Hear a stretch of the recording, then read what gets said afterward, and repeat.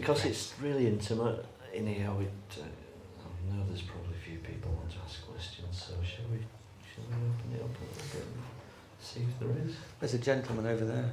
You're just getting on to talking about when you went into big agencies, there was two designers who stuck in the back room. Yeah. I just wanted to see if you wanted to carry that up a little bit, what it felt like and how it was a bit wrong to you. Careful.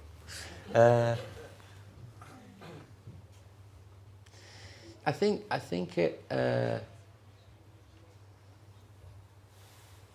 it sort of comes down to, you know, I guess it's because of how I sort of view creativity, and that to me is the most important thing, and I don't really want a business. And I also accept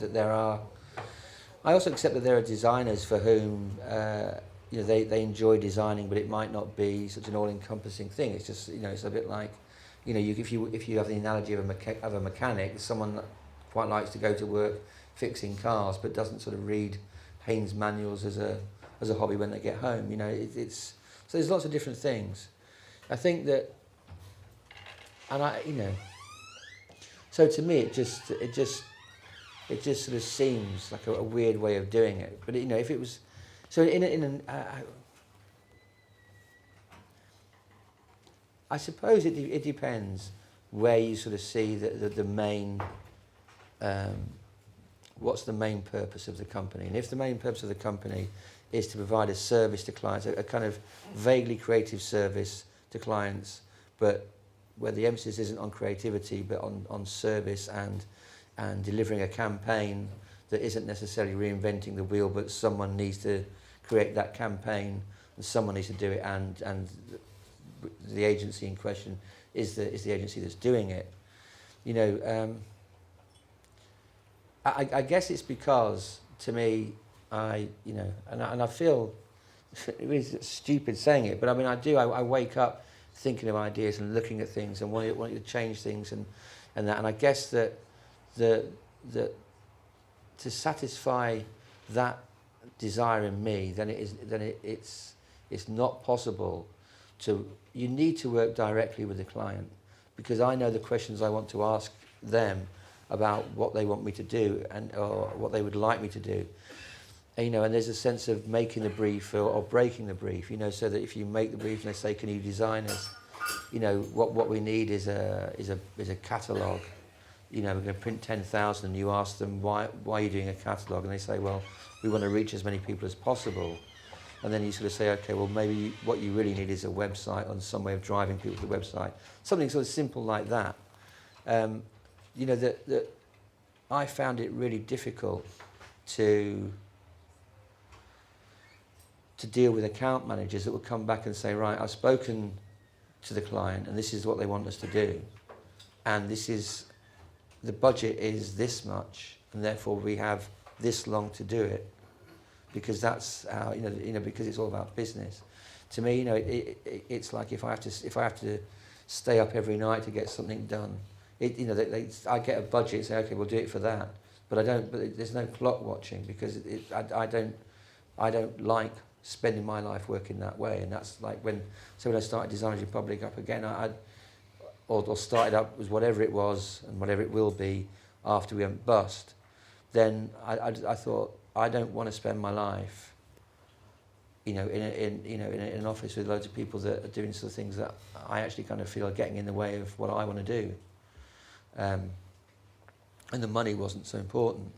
So to me, there's a sort of sense that, because I guess the short answer is because I'm creative led, you know, it seems to me to be an odd thing that you've got a lot of people running around playing golf with clients. And you know, while sort of maybe of the two of the lowest paid people in the company, the ones that are actually doing it, and if they're not doing it, then there seems to be sort of something a bit wrong. And maybe it wouldn't really be an issue for me if there was another way of expressing sort of creativity. So like, you know, creative services. It doesn't seem to me to be very creative, apart from on the accounting level. You know, and would that I'd had more of that skill. You know, I might not be wearing this T-shirt. I might have been a bit of a Prada. You know, are you looking at my boobs? with a nice little red stripe there. Possibly plastic. I know all about fashion. Been there, done that. Does that go any way to answering the question? Great. 15, love. Bring it on. If anyone's awake, ask a question. Good. Yeah, you said Designers Republic went bust. Like, what's your relationship with failure? Does it really piss you off, or do you embrace it?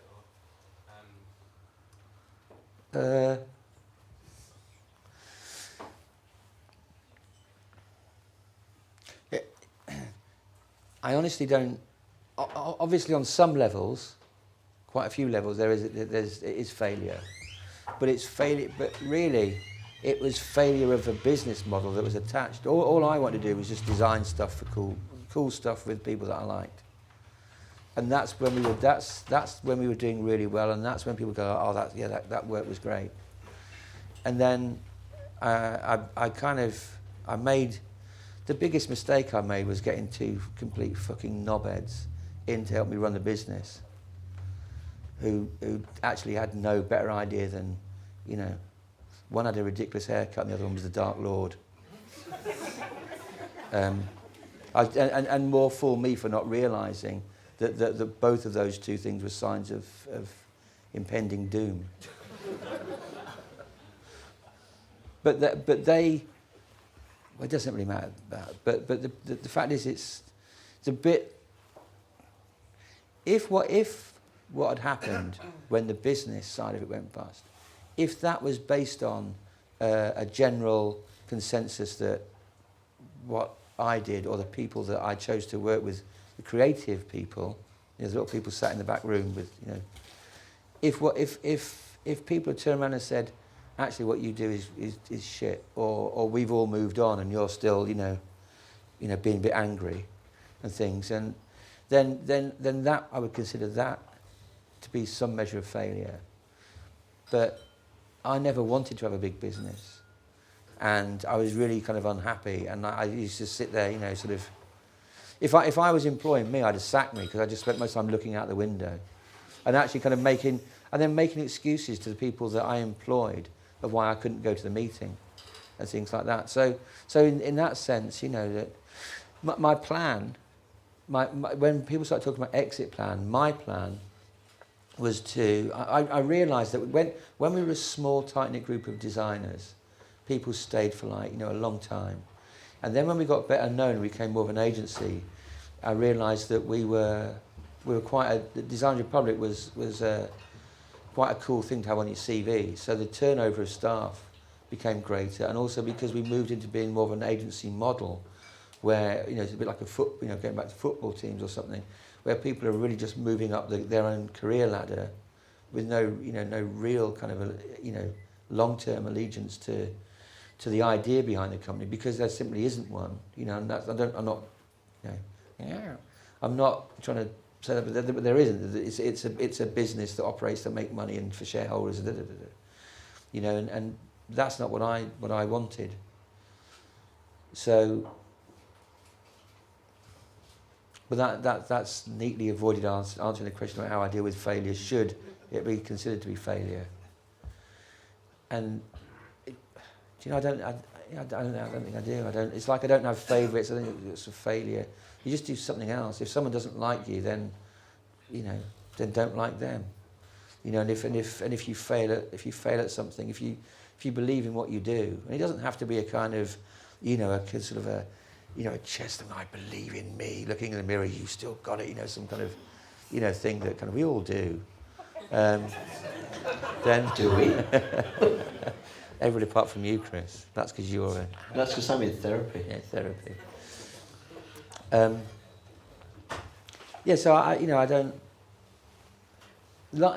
just see you go through life, and then some things are good, and then some things are bad, and the bad things you need to move on from, and the good things you try and hold on to while they're there.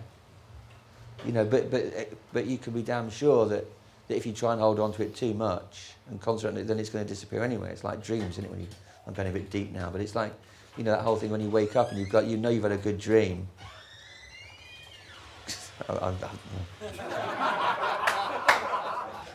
You know you've had a good dream, but then you try to remember it, and the more you try to remember it, it kind of goes. And I'm sort of a bit like that with, with life really. It's I don't have any real ambition to empire build. I don't have an ambition to be wealthy. I have an ambition to be kind of quite comfortable.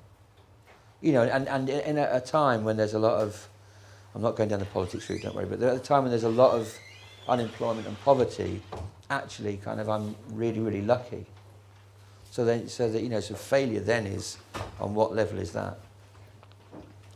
Have I answered it? I can keep going until I sort of around the topic until I actually kind of hit on something that you like the sound of, if you want. Yeah. I think that's 15-all. Is it? Yeah. Okay. It's failure then, wasn't it? That's right. How is life now? Right now? Yeah, right now. Is life all right? Yeah, it's all right we're talking about me, so I'm fucking great. Love it. It's good, you know. It's after like we had probably about 7 or 8 years where money was never a worry with Designers Republic, because we grew organically, making a lot of money. Then we started working with Coca-Cola, you know, and then sort of, you know, it's just even this, you know, like even the smaller projects with Coca-Cola were just like, you know, sort of for a small company, a small, you know, agency in Sheffield, you know, it was just like wading around in money, you don't really know what to do with it. Not quite, unfortunately, but you know, but there was, you know, it was. God, I got that Aphex Twin video in my head then of the long stretch limo. I don't know why. Yeah. You do. Yeah, I do know why. Yeah. And anyway, so no, I mean, I think it's good. I think the only anyway, the point I was making, it's good, but it's a bit weird sometimes because of the way that I've chosen to organise my life means that it's unlikely that I'm ever going to make the amount of money that DR as an agency could make. But, you know, I'm not that bothered really. So as long as I'm, you know, so I can get up and I can. There was a Bob Dylan quote. I mean, you know, I'm not one for quoting Bob Dylan in general because he's like a fucking singing goat. But we've got Bob Dylan next month, by the way. So. Sorry, Bob. Yeah. Lucky you. Nah. Anyway. But anyway, but he said, like, you know, what is success? And success is if you get up in the morning and you spend the day doing what you want to do, and then you go to bed, and you can afford to do that. Then you know, that's success.